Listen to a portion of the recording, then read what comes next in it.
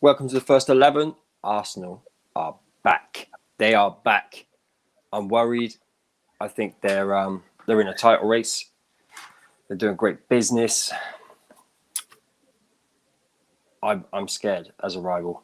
I'm actually very scared. Ads, what's your feeling on Arsenal? The Odegaard signing a keeper. Looks like they're in for Ryan Bertrand. Well, I never thought I'd say this, but world-class manager. The Arteta pull. That's what it is. It's the Players. Arteta pull. Arsenal are back. I'm telling Arsenal are you. back. They are back, and we're kind of fools for doubting them in the first place. But world-class manager. What do you expect, man? You can change your tail anytime he wants, and that's what he's done. Turnaround for Arsenal. So. Yeah. Morning, Jerry. We love Jerry, man. Hassan, how you doing? Broke Klopp. We'll get into that. That is a story I want to look at today. So we're just going to do local papers. Going to go from bottom of the league all the way up to the top of the league. Thoughts on the stories? Any stories you think we should be talking about? Get them in the comments, and ads will bring them up. I'm gonna have a look at it. But yeah, Arsenal are back, people. No, seriously, they're back. The Arteta pull. Odegaard's got his dream move. Yeah, Arsenal are back. So let's start with Sheffield United. Sheffield United. The story of Zach Brunt on his Sheffield United journey by Atletico Madrid and Spain star Guti. Guti was a baller. The 19-year-old midfielder is currently catching the eye of the under-23s, but arrived at Shirecliffe having had stints in the Spanish giants, Manchester City, Manchester United and Derby County. There are a number of players currently catching the eye in Sheffield United's academy, one of which is Zach Brunt. The 19-year-old only arrived at the club in 2018 from a non-league side, Matlock, but he had one hell of a CV. It's hoped to be the final move of his journey. However, his route to the under-23s at Shirecliffe is not one that's been shared by his Sheffield United teammates. It has, in fact, been quite an extraordinary journey. Yes. Sheffield United looks like another young kid who's being promoted, who's being pushed out there by the media, but one to watch. Zach Brunt. Do you know anything about him? Well, no. All I know is he was a set 2 division player, as in he played grassroots football when he was younger, and then obviously he's clearly broken through. But what I'd say is, because I know how young he is, listen, he needs to be, fully committed to this, because there are many young players who tend to go to a club, say that they're going to be there for the long term, and then end up going to another club in the future, and they shouldn't really be doing that unless there's a problem at the club. So I'd like to see what they can do, and I want to see what they can, how they can utilize him and do what they do best, and that's actually making players better. But the current form of the team isn't perfect. So what can I say? Okay, let's go to West Brom. I mean, if Guti's pushing him, then there must be a player in there. But yeah, we'll see. Keep an eye on that one, people. What have we got here? West Brom. West Brom in talks to sign centre forward, 710,000 fee. All it takes is for a loan deal, apparently. Galatasaray have told West Brom they can sign striker Umbai Dinya on loan for the rest of the season for 710,000, according to a journalist in Germany. Right, on his personal Twitter account on Thursday, he reported official negotiations have now started between Albion and the Turkish club. And we said yesterday and the day before, West Brom need a striker. They need a different option there, because actually they're very solid at the back now. Big Sam does that. He gets them tight. They know their positions. They know the system. And a striker coming into that would be great. Thoughts on them being able to get loans in and things, and Big Sam doing a bit of business? It's good. It's good, obviously, because like if you look at the table, they are a team in peril at the moment. So it would make sense for them to actually sign someone, but it just proves that obviously Big Sam hasn't actually, lost like his whole. It's not like his career's coming to an end. It's as if it's just coming to like a steady. It's coming to like a narrow, like kind of like stop at the moment, only because his players were not performing to the top extent that they were meant to. And if he brings in this striker, then maybe there could be something else added to their team. But it is what it is. We've seen Big Sam come up from these situations before, so maybe this striker might be the answer. What have we got here for Fulham? We've either got looking to shift 3 players out during this window. Fulham might just have the next Ronaldo. Let's have a little look at this story. I like it. I like doing this, like reading them straight away, like especially with this this website, because it gives you so many different articles and journalists. It's good. Fulham might just have the next Ronaldo. I don't like it when players are compared to others. Sissoko glow up. No, Fulham have prime candidate for a sort of Jorginho Wijnaldum, Musa Sissoko glow up within their ranks. For one player to rank so highly, imposing statistics is rare. Josh Brownhill has made the most interceptions of anyone in the Premier League this season, but it's behind 77 other players in terms of attempted passes. Now, I know a lot of Josh Brownhill. I know a lot about him. He played at Bristol City. He was a massive part of Tammy Abraham. Tammy Abraham's goals, the way he played, he's full of energy, picks up the pockets very well, great in a tackle. I'm not sure whether he's a Premier League player, whether he can step up from Fulham, but in the Championship at Bristol City, great player. It was great for them. Part of the team that beat Man United. Yeah. Drew with Man City, and he was a key factor when it comes to energy in the middle and getting those tackles in. He's just a real gritty player. Do you know what I mean? Yeah. I'm not going to say he's a new Sissoko though. Yeah, no. Can I say something quickly though? I need to address this. Yeah, I know a lot of Tottenham fans hate on Sissoko, but when Sissoko's fit, he's a beast.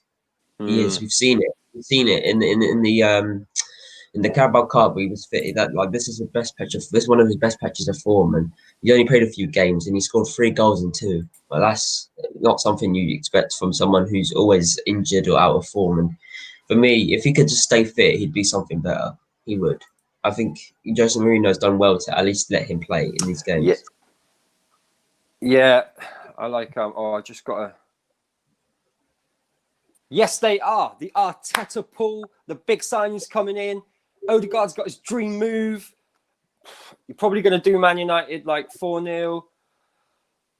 Egal, tell me in the comments. I want to know. How close are you to the title now? How close? Can you get a big summer window as well? You think there's enough to elevate you? Competition for Smith Rowe. Leicester, you push Leicester out of the race. Sociedad. The Arteta pool, the phone call. Odegaard, I need you. Come do a job for me. We're going to kill it this season. You're going to get Aubameyang firing. Come on, Egal.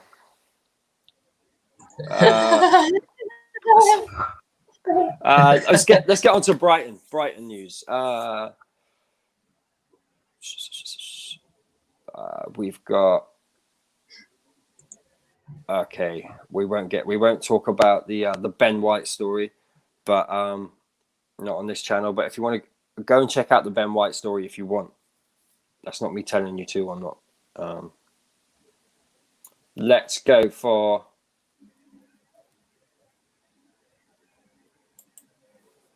Hang on, what's this? Brighton fans and Arsenal fans saying the same thing. Okay, so. Because this won't be the big Arsenal news. Brighton and Arsenal fans saying the same thing after the shock Matt Ryan transfer. One for you, Agal. One for you. Oh, and he's actually put a comment in about it. What does he say? Arsenal signed Matt Ryan on loan transfer from Brighton until the end of the season after sending backup keeper. You sold your best keeper, man. You sold your best keeper. I'm not having it. He's a great keeper. Leno is as well, though. We discredit that, but Leno has actually kept Arsenal in the game sometimes this season. So I give him credit for that. So the 28-year-old Australian joined us, Albion, in June 2017. He was the club's first choice for almost 3.5 seasons before being overtaken by Rob Sanchez in mid-December. Since then, he's also fallen behind John Steele and Chris Walton in the pecking order. Head coach Graham Potter said, Matt has been a great servant to the club in the Premier League and has played no small part for the club at this level. We have incredible talent competition for just one position. And understandably, as Australia's number one, Matt wants the chance for more regular opportunities. Matt's a pleasure to work with. We wish him well at Arsenal and we'll be watching his progress. Where is it? Okay, these are tweets from Brighton fans. Excuse me. I mean, I'm not going to complain, but this came from nowhere. What is Arteta doing? Good luck to him. That was so unexpected. Didn't see this coming with loads of embarrassed emojis. I mean, I don't know. Is it a good deal? Agal says it's a good deal. Why is it a good deal, Agal? I want to know about this. Why do you see it as a good deal? Let's check out Burnley. Actually, there's a story here. This is the story I want to talk about with Burnley. Sean Dyche speaks out on Jurgen Klopp tunnel bust up in Liverpool's defeat to Burnley. And I called it. I was on the terrace and I said it'll be a set piece. It'll be 1-0. Everyone's like, nah, Liverpool win this game. They haven't got enough. Fraud watch tonight, 10 p.m. That's what you need to do. Get back to this channel, 10 p.m. Because I'm telling you, everyone wanted Klopp tonight, pretty much. Bar one or two. Well, Beaks is on the channel as well. Let's read this. Let's see what Sean Dyche had to say. Sean Dyche has defended his bust up with Jurgen Klopp during Burnley's victory over Liverpool on Thursday evening. The Premier League champion suffered another blow in the title race as Ashley Barnes' 83rd minute penalty sealed the win for Dyche's side at Anfield. I called it. I said it would happen. It did happen. Liverpool in the mud. Anyway, that's for fraud watch. They were playing better football as well, really. They were playing better football before the penalty. They're just a gritty side, man. What have we got here? The result has ended Liverpool's 68-game unbeaten run at home and has left Klopp's side 6 points behind Premier League leaders Manchester United. Love to hear that. At half-time in a defeat to Burnley, Klopp and Dyche were caught sharing a heated exchange in the tunnel, moments after referee Mike Dean blew the whistle, half-time whistle. But Dyche insists he was entitled to fight for his side's interest with his opposite number. Just two managers fighting for their side, wanting to win, Dyche said when asked about the incident. Where's the rest of it? I've got no problem with that. He's at the top class football club, and you're allowed to say your piece and fight for your side if you feel it's appropriate, which I did. That's it for me. It's a moment in time. End of. We know that they don't like each other. These two, they really don't. Klopp, meanwhile, was adamant that he did not start the bust up with the Burnley manager. If he's not talking about it, I will not talk about it, said the Liverpool boss. I didn't start it, but it's nothing. It's all good. And when you watch it back, right, Klopp's walking this way and Sean Dyche is walking that way. And when he gets to there, he turns to him. And then Klopp follows him. So Sean Dyche did start it. Whatever was said, Sean Dyche did start it. Maybe we'll find out one day. Klopp will write a book or something. Maybe Sean Dyche will write a book. Burnley, Newcastle. Thoughts on that, Ads? Did you see that? Did you see the halftime bust up? Listen, that is such a. It just proves the hunger between both managers. And like you said, there's a feud there. It's not just a one-off. It's a feud. Clearly, it is. But they clearly do respect each other, but they just have their heated moments. So it's a bit like Pulis and Wenger. They don't like each other, but they have their respect for each other, if that makes sense. And they're not friends. But yeah, it was stupid because what they were arguing about. It was just a penalty that went in, and then obviously they're unhappy. You know, referees just trying to sort it out. I think it got that mad that the VAR staff are running onto the pitch trying to break it up. Obviously Robertson's the captain, so he's a leader. He's a leader, so he's gonna get in there and start fighting everyone, and he was yesterday. But then he got knocked back. Push. It just. But Burnley, they might not be the best team when it comes to talent-wise and what players they have, But the manager is a beast. I rate him very highly, and they're a gritty team. They do their stuff well, and they go in deep if they have to, and that's what they did yesterday. So, what can I say? Okay, cool. Whilst I get this, I'll read out this Newcastle news. Do you want to pick through some comments that you want to put up? Well, do you know what we're going to do? I'm going to try and get through these really quick. And then maybe ads you can DM or put the link in the chat or something. Put the link in the chat. I'll get through these really quickly. Otherwise, we'll talk about every story and then we can pick the talking points out of it. So Newcastle miss out on top target. Medical tonight ahead of a loan deal with 25 million option to buy. Okay, what's this story? Earlier this month reported our hopes of securing a loan deal for top target Tomori had received a boost after Frank Lampard all but confirmed he was available. Today, Tomori's found himself a new club, but it's not Steve Bruce's Newcastle United. AC Milan are going to kill it. Sky also claims 6-month deal includes England international for 25 million end of the season. Where's the Newcastle one then? Talented player. Hang on a minute. A talented player. We're now for Newcastle, as we approach the final week of what's going to be a fruitless January transfer so far. Listen to this. This should be in the title. That's why I read them out in the moment. A move from Manchester United's Phil Jones would not surprise.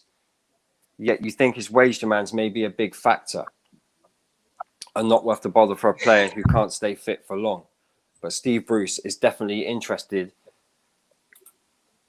in securing a centre-back this window.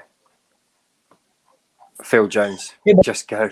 Just do it. That's why. That's yeah. But if we're going to talk about that, then that's why I rate Ollie and Graham Potter very highly, because they have injury-prone players that they use, and they should be injured before the max amount of games they've reached. So realistically, Danny Welbeck should have been injured like 2 weeks ago.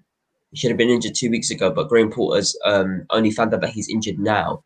Eric Bailly should have been injured ages ago. He should have even been like I'll bring out a stat here, and I'm not a stat guy yet. But the point I'm trying to make is Eric Bailly has played 7 games in a row and always got injured after that. So that's why he's never ever done it again. But he's played 7 games this season in a row. I don't care. I'm not counting the game that he didn't play because that doesn't matter. But it doesn't matter how good you are. If you're injury prone and your manager puts your trust in you, then your ability is there and you're going to shine. And that's why Bailey and Danny Welbeck have had decent seasons so far. I know they're injury prone players, but that's why I rate Porter and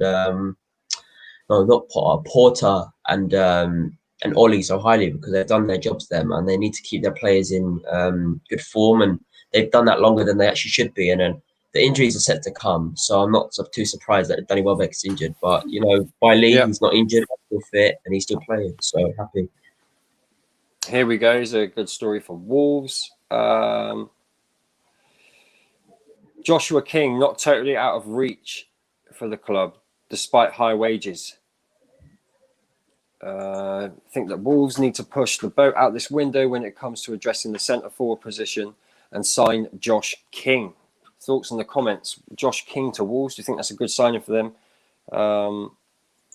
The issue has been a tricky one at the club the season following the gruesome injury suffered by Raul Jimenez in the game against Arsenal in November, with his replacement being the 18-year-old Fabio Silva, and the expectation around his high price tag. Wolves reportedly looking at Real Sociedad's Willian Jose as a potential solution to their attacking woes, though Cherry's Josh King seemingly not being ruled out of the running.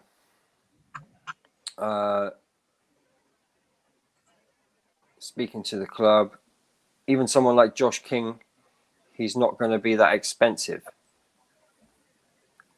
Okay, there's not really much in that story. But Josh King would be a good move for them, I think. I think he would... he'd take the pressure, obviously, a lot better than an 18-year-old, I would have thought. So. He went from a FIFA player to someone who actually plays well. I think Championship is his level. I'm not trying to disrespect him, but I think Championship is his level.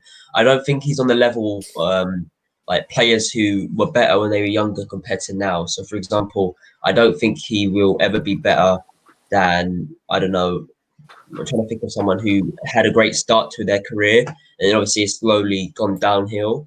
So, for example, like Danny Welbeck, for me, King has more talent. He has more talent now, but would he be up to date with these players if they could stay fit? I don't think he would have, because Josh King and Danny Welbeck are around the same age. Josh King is not that young. People forget that he's actually not that young. He's just proves my point, though. He's doing all of this. He's running around the field getting goals at his age, and he should be slowing down now, but he's not. And that just proves fight and ambition from the manager. So, I'm not worried at all. But when it comes to the leagues, I'm sure,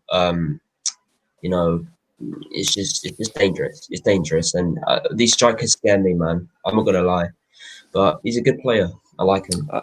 Okay, so Palace, we've got Riola snaps up Crystal Palace starlet Zion Atta amid transfer interest. Palace talks to sign player. Let's go for Merseyside. The club agree to sign Crystal Palace, this player this month. Probably Everton. Crystal Palace player this month. Okay. Nice clickbait. Tranmere Rovers. No, thank you. Let's go for Crystal Palace talks to sign player. Let's go for Riola.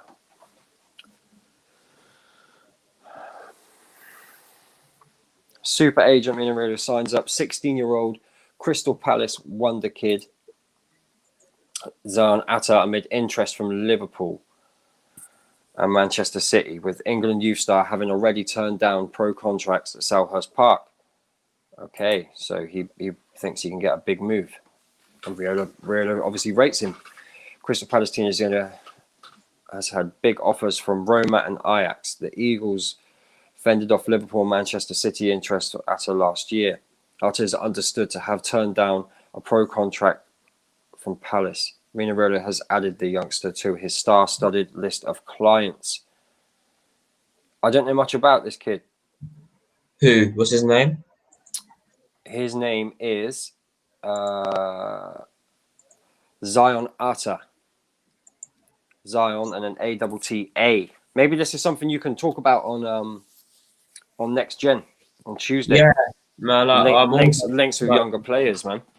If Riola's picking him up, it might be a good one, Riola. Check that out, people, as well. Yeah. Riola is picking him up now. Jesus. What is he, English? Yeah. Oh. Yo, look what Fidel said. He said Josh King replacement for Raul Jimenez. I'm sorry, it might be, but when it comes to finishing, if I had to rank both players, Jimenez is better, in my opinion. But you know, or does he mean? Is he talking about like a stand-in, not a replacement as such?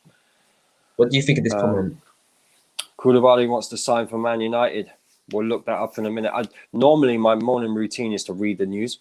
I want to wake up in the morning, get washed up, whatever you have some breakfast, read the news.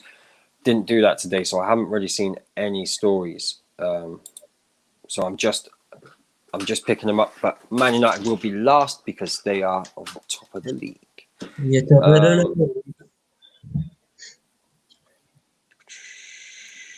Let's go for the newest story. Leeds January transfer news. It's the newest one. It's top of the list. What have we got here?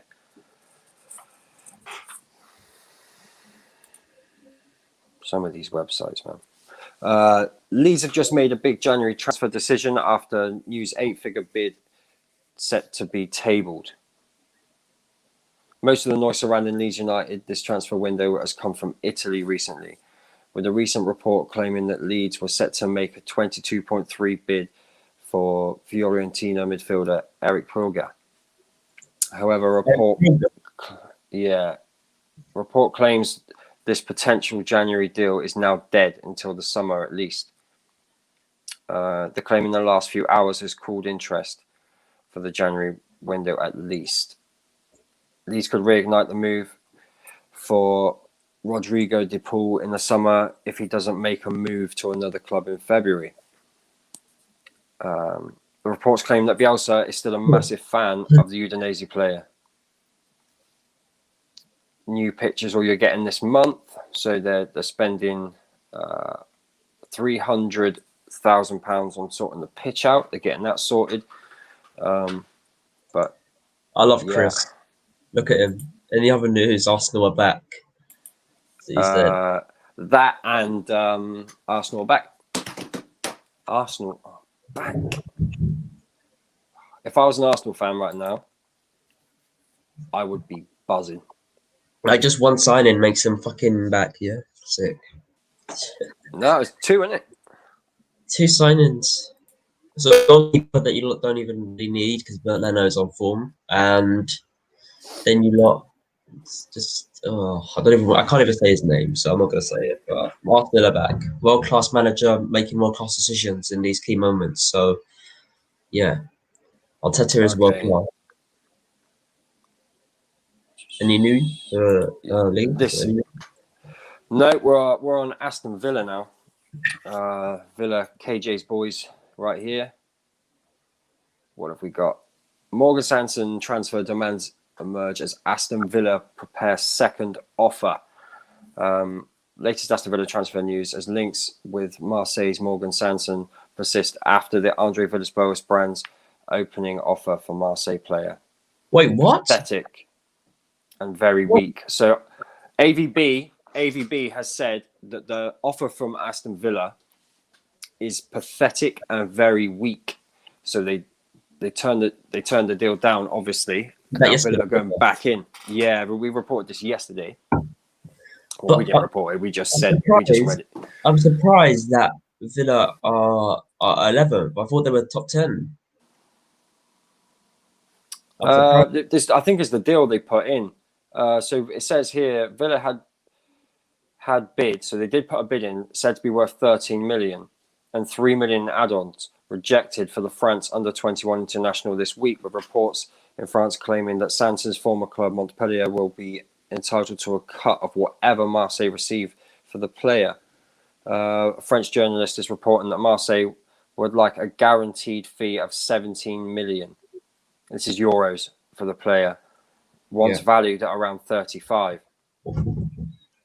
17 million euros in pounds sterling is around 15. It's around 15 million.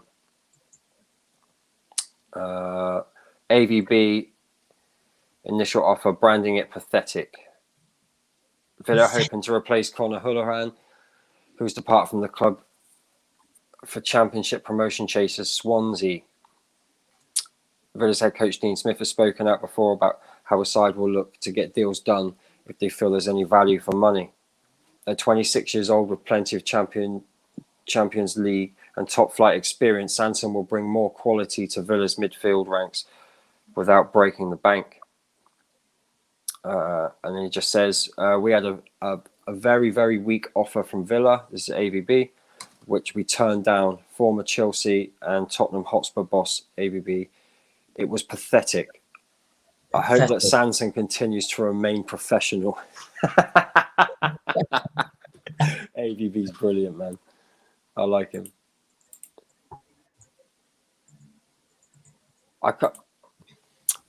Villa are really doing bits, man. They're really pushing. Andre Villas-Boas, legend, man. Do you think Villa can keep Grealish? Do you think they can keep him, or you got like the English tax? They do well this season, and he's already valued at 18 mil. Do you think his value is going to go like up? Do you think he's going to get to like the 100 mil? Grealish. You know what? It reminds me of though. It's the same situation with Aubameyang and Kane. Aubameyang, Kane, and Grealish. Yeah, because their teams, they're not winning anything. They have no baggage at all. Then this season, they have no baggage at all. Yes, Arsenal have won an FA Cup, fair enough. But is that what they reach for every single year? No, it isn't. It's what they get if they're lucky.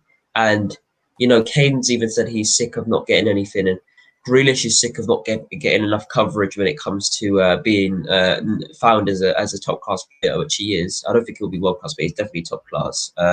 But where's the baggage for them? Where's the praise they're getting? Like all they're known for is being at a club that don't win anything. That's facts. You look at the papers, like it's always when is Grealish going to make a move? Is Aubameyang on the move? But we know Aubameyang's not going to move because he's making 300k. He's making over 300k like every single week. Then you have Kane, who loves Spurs. He loves Spurs. No matter what, he'll do anything for Spurs. But he doesn't want to win, but he has a good relationship with his son. So, and then you have Grealish. He loves Aston Villa. That's the club that made him, really. And he's done bits to them. But what's the point if you're not winning anything? So they all have a winning mentality. But I think Aubameyang needs to move. I think Kane should move somewhere else, and I think Grealish, I'd love him at United, but I just don't see that happening. I don't think we're going to waste 80 million because we don't know. Because it's a gamble with these high price tags. You don't know if he's going to stay consistent in our system, do you? So that's why I think there's no point. I think Van der Beek was the actual summer that we went for instead of Grealish. So I don't think Grealish is coming to United. No. Arsenal. So the most on-form team at the moment. Arsenal are back. Arsenal are back. Champions League. Back. Do you want to talk about Odegaard, or do you want to talk about a 25-year-old expected to leave Arsenal on loan within days? Let's talk about Odegaard, man. Let's do both. Let's do both because Arsenal are back. Do both. But before you do that, spend a bit of time on Arsenal. Make sure to subscribe, people. Make sure to like the video. Make sure to share it on Twitter. Keep retweeting it. Go to the First X site on Twitter and just keep retweeting the post. Keep sharing it to people as well. Much appreciated, people. But yeah, let's get into it, man. Okay. So Arsenal are back. Arsenal look to have finally sealed the deal in terms of incomings this month. Martain Odegaard of Real Madrid is on his way to the club on an initial loan deal. This news is backed by several sources in Spain this morning. Odegaard has struggled to break into the Real Madrid first team this season. And in recent months, his game time has become extremely limited as he's looked for a loan move. A huge amount of interest arrived. Yeah. Just that's for the people on Twitter telling me, we'll get into that tonight. Including from Real Sociedad, several, I can never say this, several other clubs, Arsenal, and another unnamed Premier League club, Leicester. The 22-year-old playmaker will help bring much needed creativity and depth to Arsenal's attacking midfield options. The youngster excelled in terms of goals and assists whilst on loan at Real Sociedad last season. And his arrival will help ease the creative burden of Smith Rowe and Saka's shoulders. Odegaard is capable of playing as a wide creator, similar to how Saka has been deployed recently, but his natural position is a number 10, and they are missing a number 10. He may push for the move to be permanent. especially if Zidane is still at the helm at Real Madrid. The player is currently valued at 36 million in the transfer market, but Arsenal will find his value. His value may rise if his performances in England impress. Okay. Well, can I just say something on Odegaard though? Yeah, he's Yeah. 22 years old. So what I can see happening is him having a great season at Arsenal. Oh, not okay, not a great season. I see him having a nice fluent a nice fluent game right at Arsenal, and Yeah. then he's 22. So realistically, if Arteta's smart, he wouldn't just send him back to Real Madrid. He'd keep him because his age says he could be there for the long term. You know what I'm trying to say? Odegaard and Partey in the same midfield. That's dangerous, bro. And there's a lot of creativity in that. So is he a cam or is he just a firm centre mid? He can play cam, right? He's more of a cam, but he can play deeper. He can play deeper. He can play right. He's a talent. He is a talent. And Arsenal are looking to move Runnison out on loan within days. So within days, Runnison is expected to be going out on loan. I think he only came in last season. Who joined the Gunners in the summer? Yeah, this season. Yeah, that's mad. Yeah, Arsenal are back. World-class manager positions. Back. They're back. They're back. Silent. They're going to move in silence. You know what Arsenal fans are like? They're quiet, relaxed, humble. Never bragging, never annoying rival fans. Arsenal, they're always humble, very nice people. But Stephen here says, he's a real Arsenal fan, realist. He says it's good we've got these two loans, possibly Bertrand, but Arteta proves he's back if he gets them performing for us straight away. Plus, if they play too well, he may not go. He might not go for them and get them permanent in the summer. So, yeah, I hear where they're coming from because they could play well at Arsenal, but then their club might want them back if they play well. So the point I'm trying to make is he's there for the long term. Look at his age, 22, fresh. He might add something. He's definitely going to add something to Arsenal, as in the terms of that. It's going to be different for them. I'm not saying he's going to bag them like 20 assists or 10 goals, but he might add something. He might put words in my mouth, people. He might put something. He might add something to their midfield. I don't know if he does or not, but you have the world-class manager in charge, so I want to see what he does with him. We'll talk about that one when we move up the table. Let's talk about. Actually, no. Let's talk about it because this is more. This is Spurs, so this is Danny Ings being linked with Spurs. And Danny Ings he's been on fire only this season. Since joining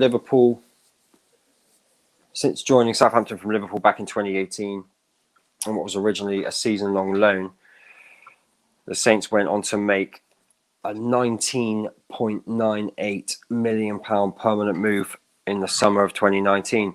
Ings has gone on to feature in 81 times for the South Coast side, scoring 40 goals and providing 14 assists along the way. However, recently reporting that Ings is holding off on signing a new deal at Southampton in order to present himself with the best possible chance of securing a move to a Champions League club in the summer. It appears the England international's time at Southampton could be nearing an end, with Tottenham said to be keen on a move for the forward. And we have a bit here from Alistair Gold, which is the main Spurs reporter. The only thing I'd say on Ings, Spurs certainly were really interested in him last summer. He was a player who I think got a lot of people within the club really excited, and the club would have liked to sign him, but price ruled him out. Oh, and also apparently the player needs to. So Ings wants to be assured of game time. Yeah, exactly. That's the big thing. But if he wants to push for Champions League football, Spurs seems like the perfect fit. He must be looking at it and thinking, like, I know I'm injury prone, but so's Harry Kane. Do you know what I mean? There's game time there, and Harry Kane's going to burn himself out. Well, Spurs are going to burn him out eventually. You can't just play Harry Kane like that all the time. You have to have other options there.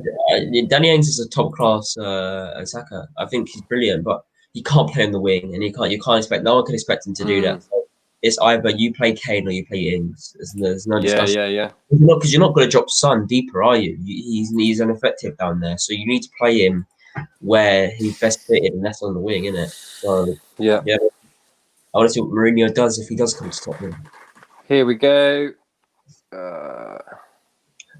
So, do you want to talk about, we're at Chelsea, do we talk about Roman cuts Frank Lampard replacement shortlist down to 2? Or Chelsea want to sign 20-year-old talent who models himself on Kante? What do you want to go into, Ads? I want to go into both. I want to start by saying that these guys trying to be like Kante just ridiculous. How are you going to be like one of the most unique players in football? How are you going to be like him? I don't understand that. Like, I'm sick of Chelsea fans. I'm sorry to any Chelsea fans out there. Yeah, of course I'm partners with one, so I get all of the crap, right? But all I'm trying to say is, you cannot be that ungrateful and say that you want rid of Kante now. I've heard people say Indiana. They think they're questioning Kante's role at Chelsea now, as if he won them things, you know. So I don't respect that at all. But yeah, let's get into it, man. Who's this kid that they're talking about now? So I just wanted the top targets are Tuchel or Nagelsmann. If they dismiss him. But if they can't get those managers, then Allegri, Ragnick, and Ralph Hasenhüttl, and also Brendan Rodgers. I can't see. Bullshit. It's not happening. Nonsense. I can't see it. Brendan Rodgers isn't leaving Leicester. Not with that project he's got there. It's not going to happen. Who would you say is going to be the manager at Chelsea? How long has Frank got? And if he wins the next 3 games, does he still keep his job, or are we going to see ruthless Abramovich just like, nah, fuck off, Frank? You know what?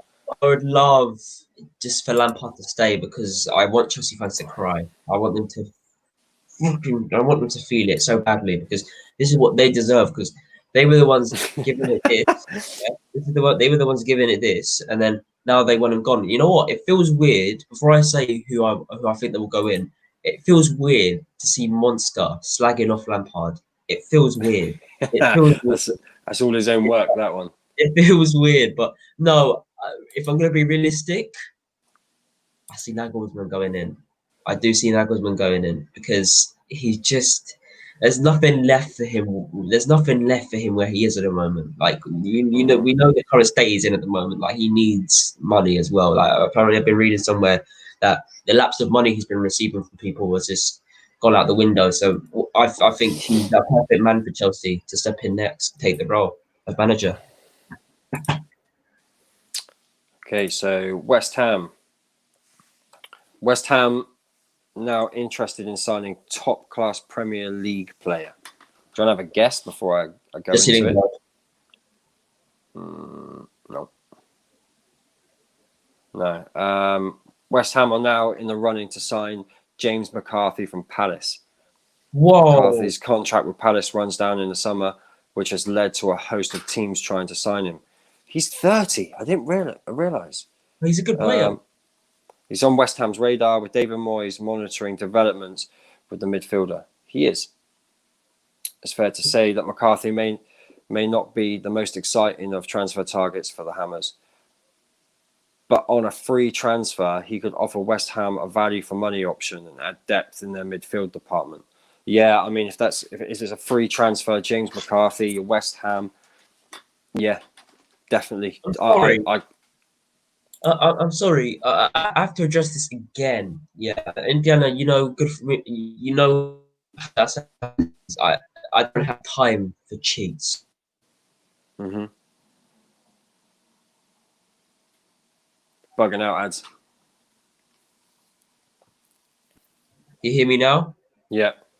right, I don't have time for cheats in people like David Moyes, yeah, because this guy, he's done bits this season. Like, no one can deny that. Whether you like him or not, he's done bits. I like him as a manager, but he's kind of a fraud. And he might even be my fraud. He might even be my fraud tonight because he said the other week the reason he didn't sign Danny Welbeck is because of how injury prone he is. He says he has quality, but he's injury prone.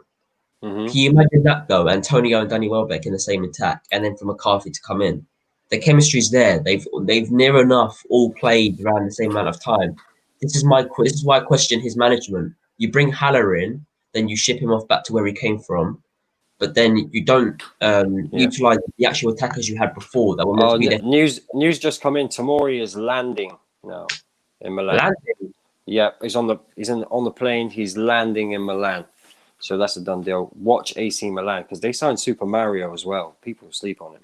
Him and Zlatan up top. Super Mario. I don't care what anyone says. Super Mario was overall once his career ends, he'd be classed as a top class player. He was never world class. I'm sorry, he was never world class. He had potential, but never lived up to it. And sadly, that's just the truth. But Zlatan and Balotelli underrated. Indiana, would you agree? Them two players underrated. No, I think Balotelli was highly rated, and his attitude cost him. His whole attitude cost him. He was lazy training. I'll find it and I'll send it to you. There's a list of cars he's crashed. Like, it's bad. Like speeding fines he's got, stuff like that. I know. Yeah. He crashed. He crashed. I was reading somewhere he crashed outside a police station once when he was in France. But imagine having all that talent and then just throwing it away. Can I say something though, Indiana? Yeah, we can say he threw it all away, and I agree with that. But at least he's proven his worth. At least he's proven what he can do, but not to the full extent. And at least he's done some of it. Because if he did all of it, I'm sure he would have left his mark as one of the greatest Italian players to have ever played. And sadly, that's just not the case. I think because obviously there's legends in Italy, and obviously one of my friends are Italian / Australian. And he knows his football. He said he'd actually give Balotelli like tier 2, as in he's not an Italian legend, but he's someone who left their mark as a great player for Italy. Because Germany, they never ever really liked seeing Balotelli on the field because he would always go there and beat them. That 2-0 win where he scored 2 goals in the space of 5 minutes, brilliant. That's the Balotelli winning. This Laurie, I agree. It's going to be tasty with Leo as well. So Everton are facing up to a frantic final week in the transfer window as they desperately try to offload a number of players. The market closes in 11 days' time at 11 p.m. on Monday. But so far, the Blues have only... Where's it gone? So far, the Blues have only been able to move... Who have they actually moved out? A clutch of youngsters out on loan. Oh, Matty Pennington, Ellis Sims, Jared Braithwaite. Bernard remains the most profile player who could leave Goodison Park this window. They're trying to get a deal with Roma. He's said to be on $100,000 a week. And he was available for sale in the summer. I didn't know that. It remains to see if Everton are prepared to drop their reported asking price $9 million for the 28-year-old in order to help push and move through. Well, Carlo knows what he's doing. He does. I trust Carlo. Good manager. I have some news though. Yeah, when we get to Liverpool, I have some news. Okay. One of the... Where do you think Everton are going to be? Do you think they're going to get in the top 4? They have the potential to. That's what I'm going to say. They have potential to because, when you go on top of the league twice in a season, I know the first time this is when teams were out of bad form, but when you go on top of the league when teams are in good form, like they did weeks ago, that just proves they're capable of winning something. So I think they will get top 4. I think I see it being Manchester United, Liverpool, Manchester City. No, not Liverpool. Sorry, Manchester United, Man City. I'm also going to say Everton, and Leicester. Them 4 teams I see. Here we go. Big news. Spurs news. We love this news.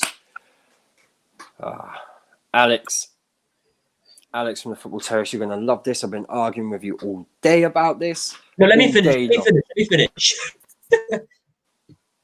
What? You've stopped, mate. You're bugging out. Tottenham Hotspur, Daniel Levy to sign Jesse Lingard. Jesse Lingard to Spurs is on.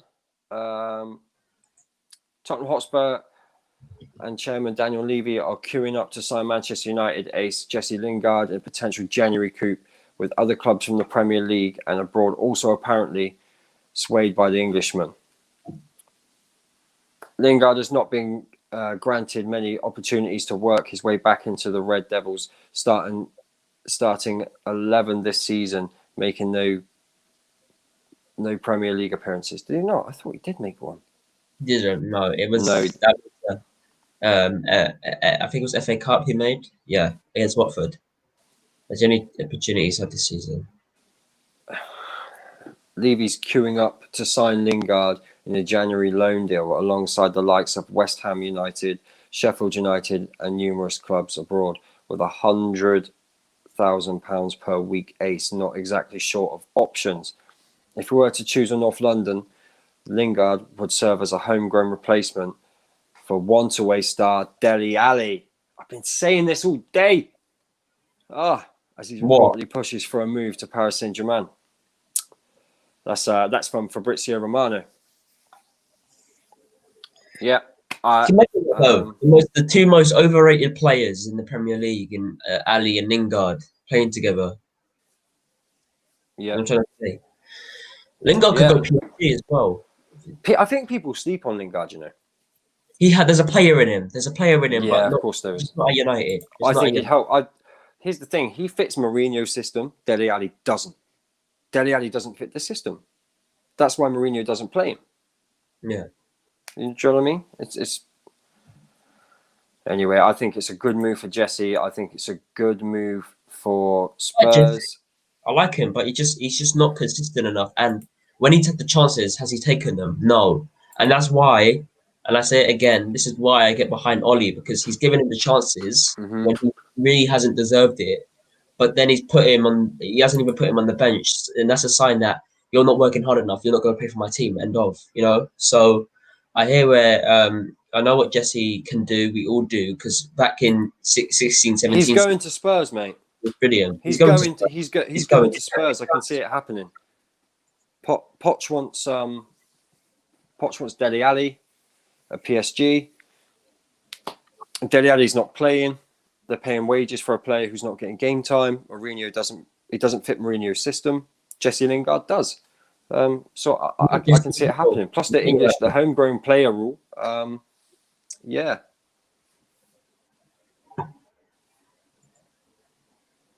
Do we move on to Liverpool now? Liverpool. Yeah.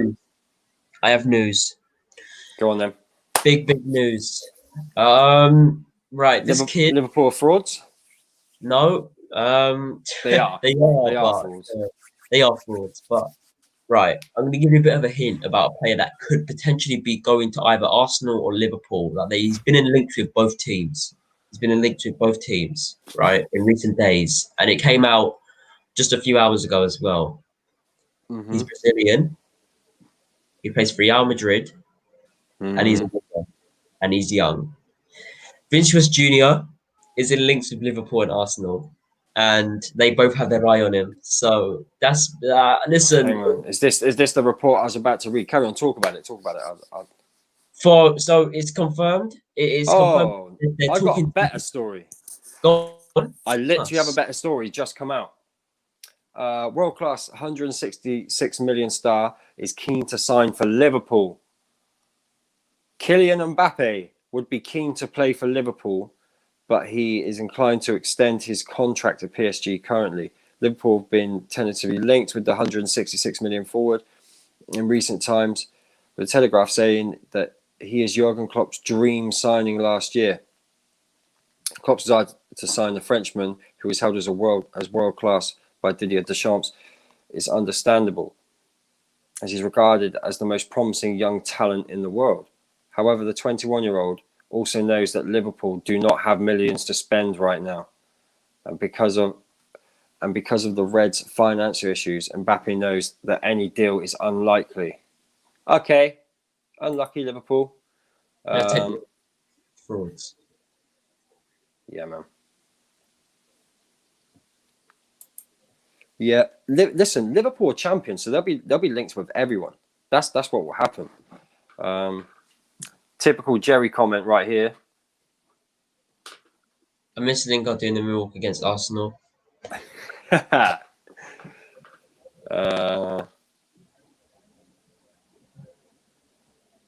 Okay, I'm not reading any more Liverpool news. I'm not doing it. They're frauds. Now we go to the top three. Hey? Now we go to the top three. Yep, so now top three. So we start with Leicester. Right. Here we go. Leicester. Okay. News out an hour ago. An hour ago. Transfers for Leicester. Leicester City position themselves to make offer for Sporting player. Ebola, which is credibility is not always great with them. Reports the Foxes have the player on a shortlist. I'm not going to be able to say this, am I? Sporting midfielder João Palhinha, according to claims, pushing themselves to make an offer for him, despite being close to leaving the Lions. A €15 million deal for CSK Moscow at the start of the season. Palhinha ended up staying at Lisbon and being an important piece of the club's great league campaign so far. This turnaround also means the price has considerably gone up. Ebola says that triggering his €60 million release clause is the only way that guarantees his transfer now, as any other amount would need to be negotiated with Sporting. Ebola recalls that Leicester City have already negotiated the transfers of Adrian Silva and Islam Slimani. Well, I don't know much about this player at all. I don't really watch Portuguese football. Are Leicester now holding talks with Eriksen? Because they were in for Odegaard, but then realised he's too much money, not paying the wages. I'll see. What have we got here? Eriksen wages curb Leicester approach. So I did read this morning that Leicester were looking at Odegaard and they were looking for Eriksen, but the wages of both players just put them out of the race. They can't break the wage structure. So I'm pretty sure that they're not going to sign Eriksen unless he's willing to take a massive wage cut. I also know Inter need to get him off the books. They have to do that. Do you think Leicester are going to buy anyone in?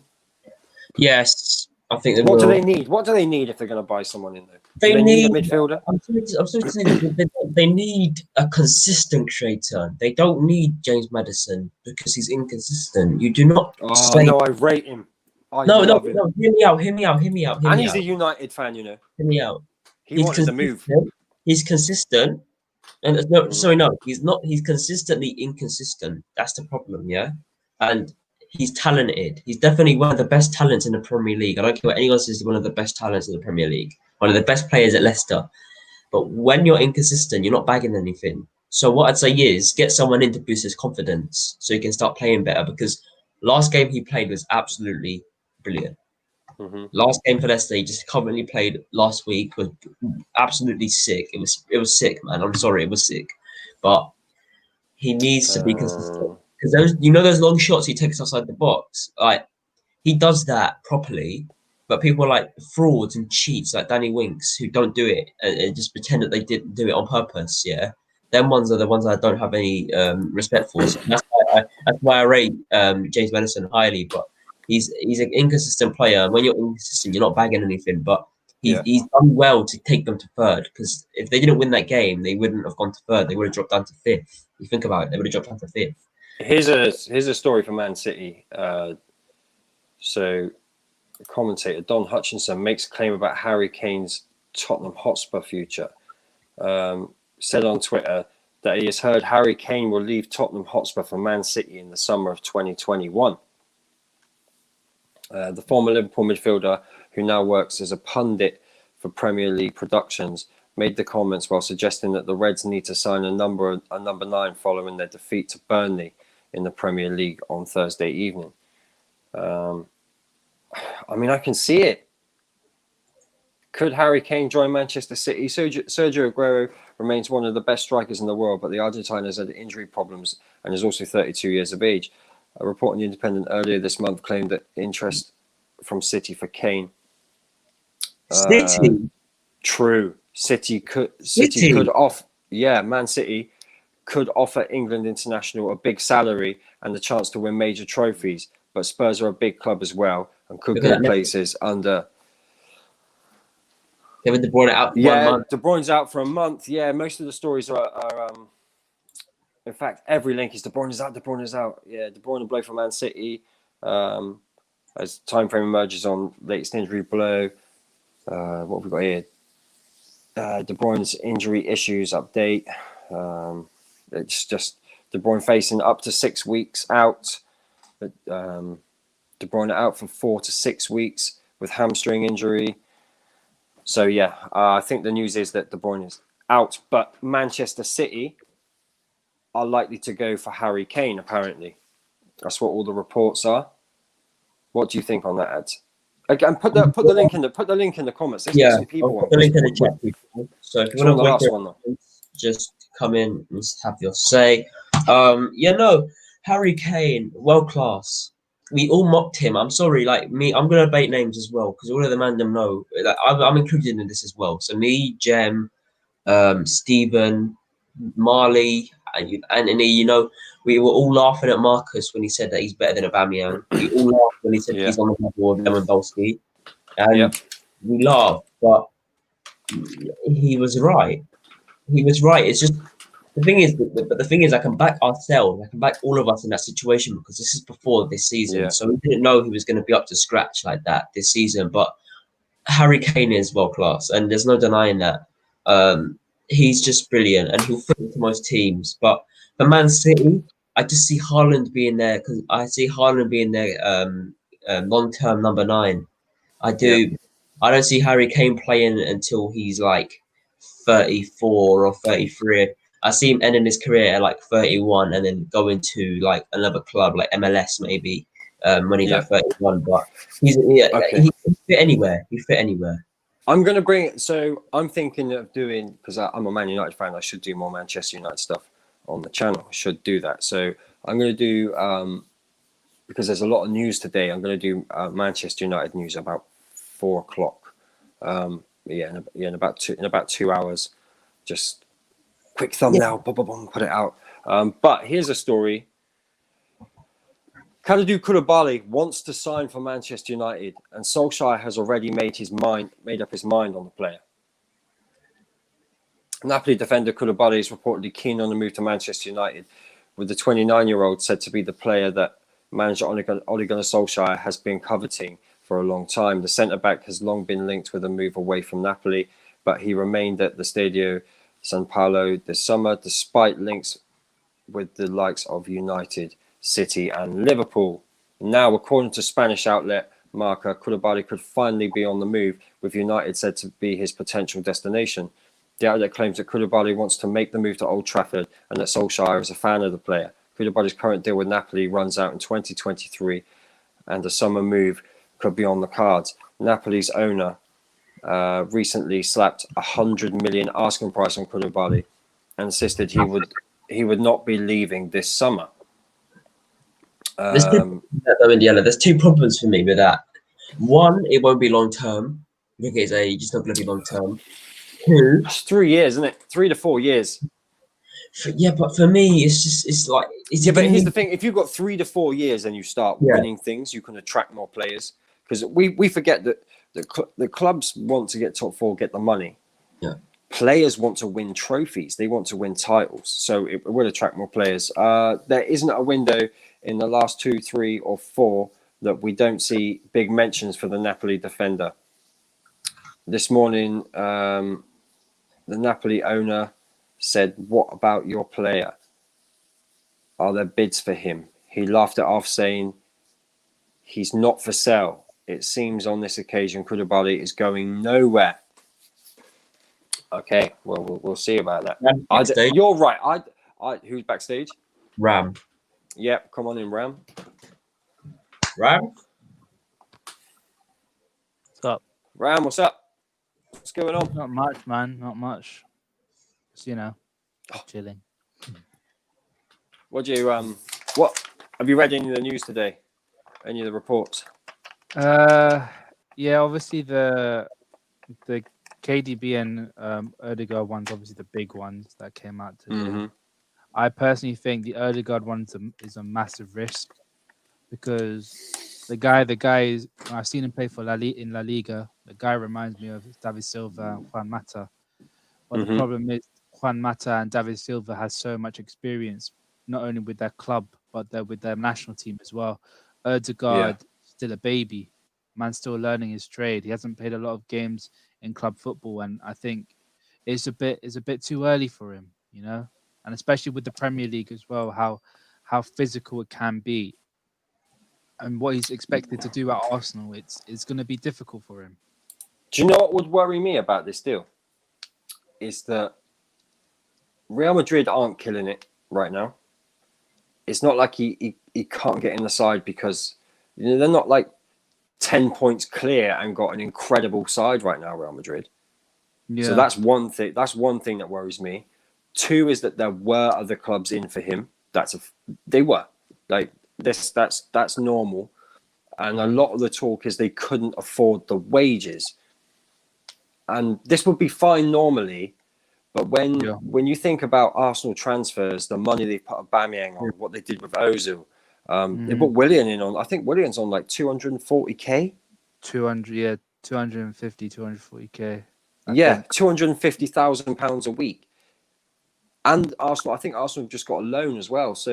And they just got rid of Ozil as well, which was a massive thing. It was massive. Yeah.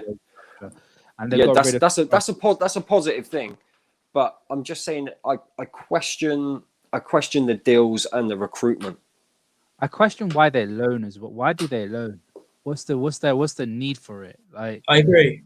Well, I think they need a loan because they can't get anybody in this window on a permanent basis. If they can buy him cheap, if he really like takes the league by storm and does the business for Arsenal, buy him. Great, spend that money, buy him. Yeah, but for me, he would have to be consistent throughout the whole season. Like it's a big risk to take a player like that. And 6 months is not. It's not even 6 months. It's about 4 months for him to really try. And like you talk about youth players trying to get a start, like 12 months is not a long time for any youth player.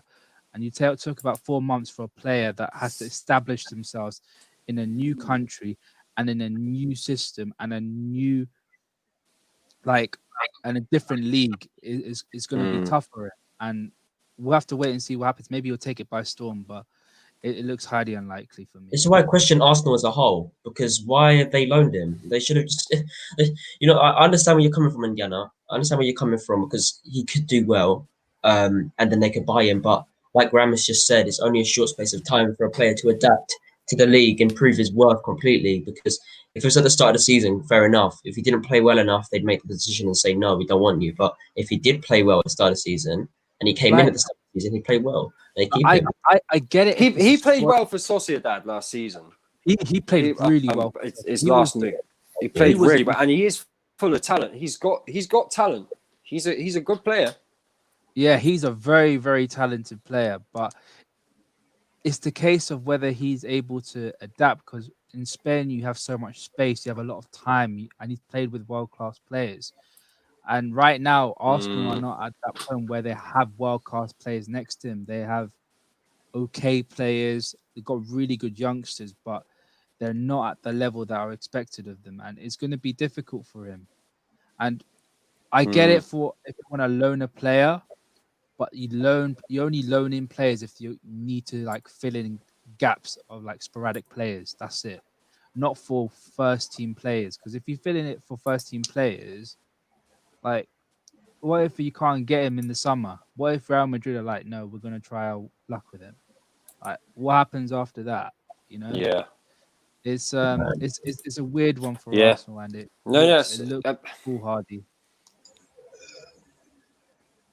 For me, it just shows how far off Arsenal have fallen in a way. And I'm not saying it won't be good business.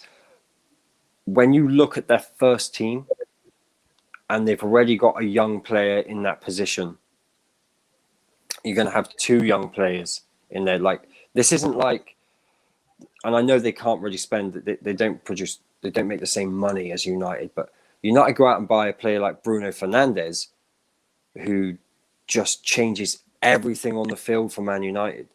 Do you know what I mean? He comes in with that grit about him, that leadership.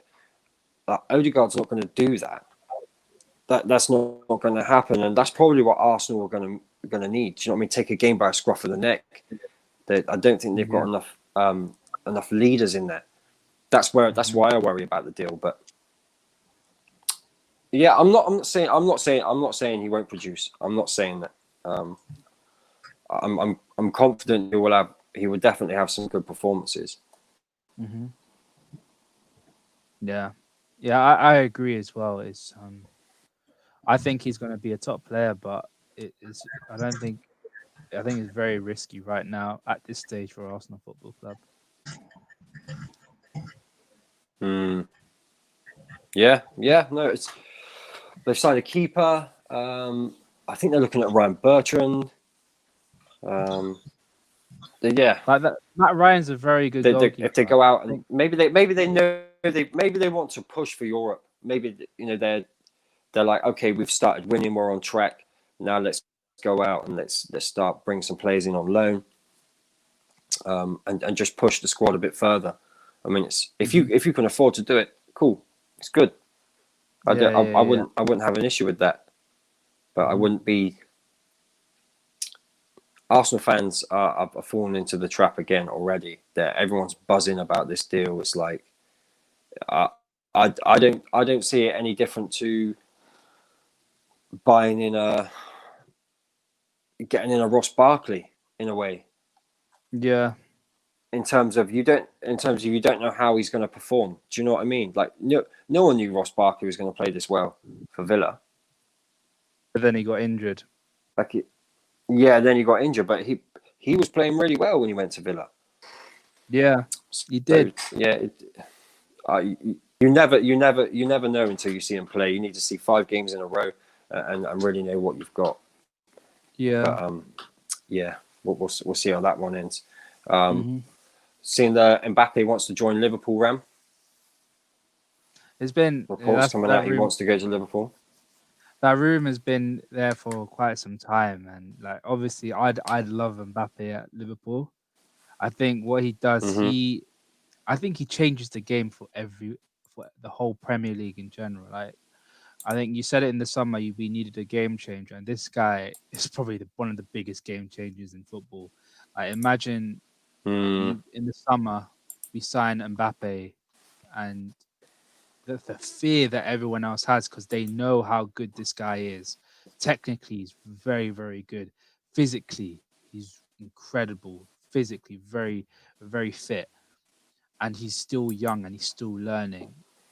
And with the experience that we have as well, it's just going to take us up another level. Personally, I wouldn't want him. I would rather have Haaland in because it changes our style of play and the kind of character that he is, the way he comes about for himself. That's something that the squad needs right now. And personally, I'll take Haaland over Mbappe, but I would be more than happy to have Mbappe. Definitely. Yeah. Alex, welcome to the show. What do you want to say? You alright, guys? No, just Yeah, all just good, all come here good. just to chat. Yeah, no. What did you guys see the news of De Bruyne now being injured for? Yeah, 4 to 6 weeks. I think now, Hamstring injury. If there was ever a time for Man United to win the league, it would be this year. Because obviously, but Liverpool, I think they can still come up. Yeah. But Yeah. Liverpool are not at their best. Leicester could drop off. Mm-hmm. Man City now they've lost probably their best player in Kevin De Bruyne. So as if Kevin De Bruyne as much as Bruno getting injured for Man U. So Man U at the moment now seem like favourites that could actually run away with it because I don't know. It could Still got to win the games though. That's true. the big thing with United. They've still got to win the games, but also remember Aguero's out as well. Aguero's not got fully- he's got COVID now. Doesn't He's not fully. Yeah, so and we when the you last look at time we that, saw him, that like the last Go on, time mate. we saw him play, it was he looked very, very unfit, like very, very unfit. Like he's holding a lot of weight on him, and that's not something that you need with the kind of player that he is, because he's a poacher. And him carrying a lot of weight will increase a lot of injuries that he'll have in the future, and it won't be ideal for Manchester City. Yeah, I have a question. So, if you're Man United now and you're, like let's say you have this team, what is it that Man need? Because I think yes, Man United have been good this season. Periods in there, those times they wanted to sack the manager, and those periods, it hasn't been one of those kind of seasons where from start to now it's been fantastic. It's kind of be ups and downs. And now all of a sudden they've got good form. So for example, next season, depending if they win the league or not, what would be the next step? Like what big name players should they bring in to kind of do that step up? A big name centre back. Big. I tell you, if United sign Romagnoli, that's a game changer. That is an absolute game changer. Like that's I would say a striker. I would say and a striker as well. I don't want to go back into the Sancho trap, but he would offer so much to Manchester United right wing. But I mean, couldn't Rashford who wouldn't take a Haaland? It's not. Couldn't Rashford move to a striker? No, position? I don't think. He's not. For me, he's 9. not a striker. Yeah. He's not. I think my thing is kind of if Cavani gets injured, we don't have a natural centre forward. Yeah. That's the big problem there. We also need a CDM. We also need competition for right back. We've got to remember that this isn't even Ollie's squad. Like this isn't a team he's built yet. So we'll see what happens. We'll see what happens. But you're a Chelsea fan, aren't you? Yeah, Chelsea fan. Yeah. Yeah. How long do you see Frank staying in the job? Oh. But I was in reality, I was just on a Monster stream, and we were just saying. I was saying basically that I think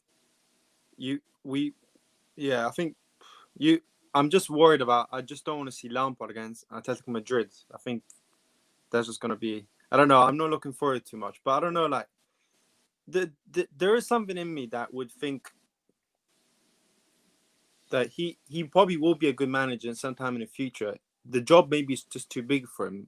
You know what I mean? Just in general, like if he, I don't know, what Steven Gerrard, for example, is doing, and kind of went to another kind of another club and kind of brought himself up, then maybe he could kind of develop into a good manager. But it's just, I don't know.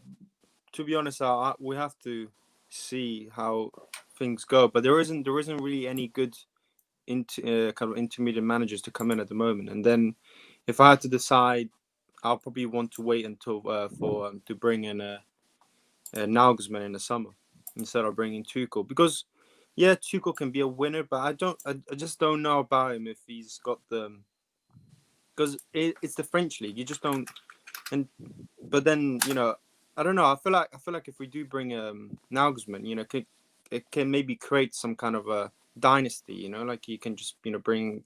You know, it could be interesting. I don't know who's yeah. But the only problem is that there's always kind of that worry that with Chelsea kind of football club and Abramovich as the owner, you know, they're ruthless, and you know, one couple of bad results and a bad month or bad 2 months, no matter what manager it is, there's always going to be problems of saying to sack the manager. So yeah, I don't know. It's one of those situations at the moment, but they seem to be sticking for Lampard at the moment, but yeah, I don't know. Yeah, well, I was speaking to Kai this morning. He's a bit frustrated about them not just identifying a manager, because apparently there's a lot of discussion on who is the right man in the board at Chelsea. And I said to him, like, you need to make sure that they're all on the same page moving forwards. They're all behind this, and they do identify the right guy to take Chelsea forwards. You've got a great squad. Oh yeah, you really have got a great squad. You like if you get a top manager in, this isn't like Man United. This isn't with the Ollie out thing. This actually makes sense. Frank's done as much as he can do, and whether he's the right manager in terms of tactics, coaching ability, whatever it may be, him and the players are just not getting along. He's lost the dressing room. You need a new manager to come in. So bring in a top manager, and next season you can push for things. Yeah. You know, you've got a top squad there. I can, especially if you go for a summer transfer window, you add to what you've got. True. Wow. I you know, I mean, to be honest, I can see what happened when Mourinho got sacked and then Conte came in the next season and won the title. Like this Chelsea squad is good enough to actually win a title. I think. Like the players they have in a team, maybe 1 or 2 signings, maybe just 1 or 2 signings just to add into the team, but most of that team. Obviously, I think some of the players are so young, but for it to develop into 1 or 2 years is a strong enough team. You have enough players in that squad to do something with, and there's a variety of players in that squad. There's not just so, yeah, and that's why that Frank Lampard should get sacked, because he brought all this, all these different types of players and spent this money, you know. So yeah, I don't know. It's one of those interesting things. What do you think?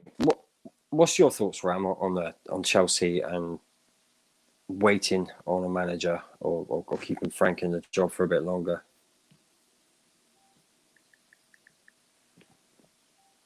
You're on mute, Ram.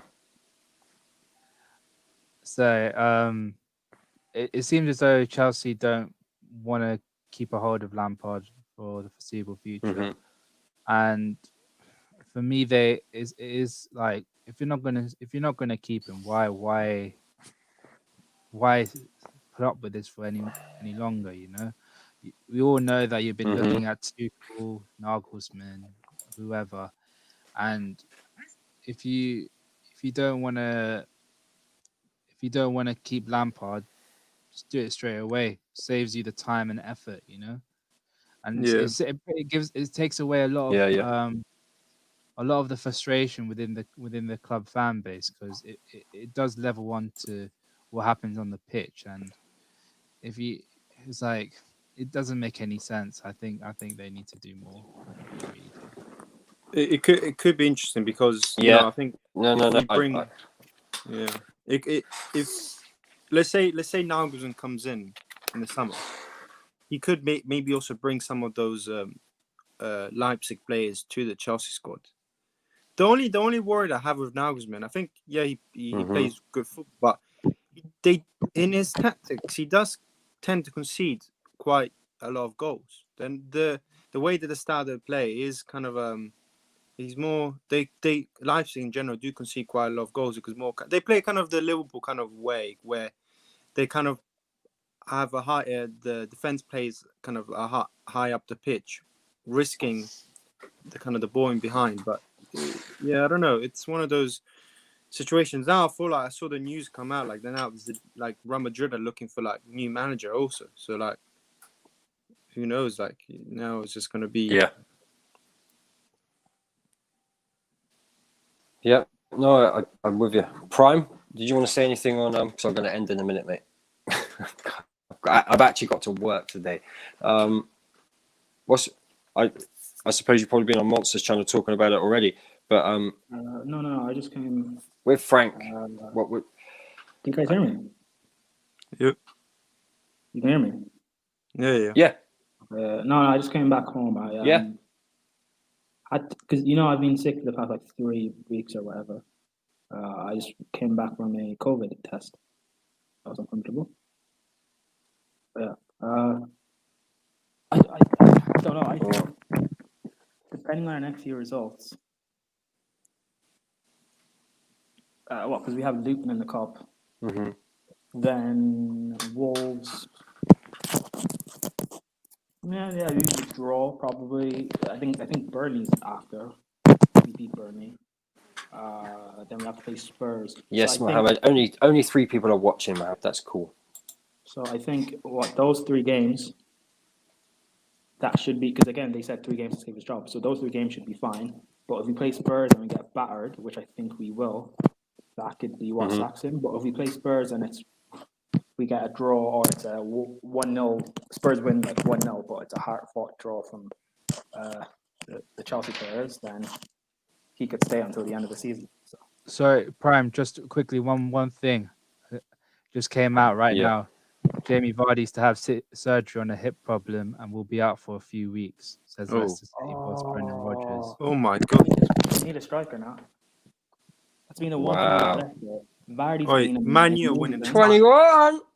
Man U. Vardy's been amazing, right, in the Prem, but like the thing about Leicester is if Vardy gets injured, they're done. Like what The only other my God. The only other striker they have is Ayoze Perez, and Perez is not good enough. He's a backup, but like He's If not this even is a striker, if this he's is a true, winner. if this is true, oh my God. Jeez. like who do you Leicester have to buy, but who do you get now? Who's actually available? No one. At least you got an Inacho, that's it. Ikia Nacho. Yeah. I can't think of Wow. No, anyone else. everyone wants a striker. Everyone wants a striker. Yeah. Yes. But I wouldn't sleep on Tottenham though. Tottenham can still do something. I don't know. I I don't know. It's too close to call them. Like even United's title to lose, man. I think it is. Yeah. Well, oh, United are favourites now. Oh, but I'm gonna do. Do you know what I'm gonna do? Listen, I'm gonna go away now, and I'm gonna do a little bit of work. I'm gonna knock up a thumbnail really quickly, and then I'm gonna come with because there's a lot of Manchester United news today. Liverpool's downfall, all the injuries. Going to talk about what Kevin De Bruyne and Aguero's injuries and COVID have done for them. Jamie Vardy out. Is it Man United to lose now? It's 21 coming, so I'm gonna do an hour stream on that about time's now 2:15. About 3:30. Technically, it's United to lose because you're top. But well, this Prime, you're welcome. You're welcome to come on. You're welcome to come on. But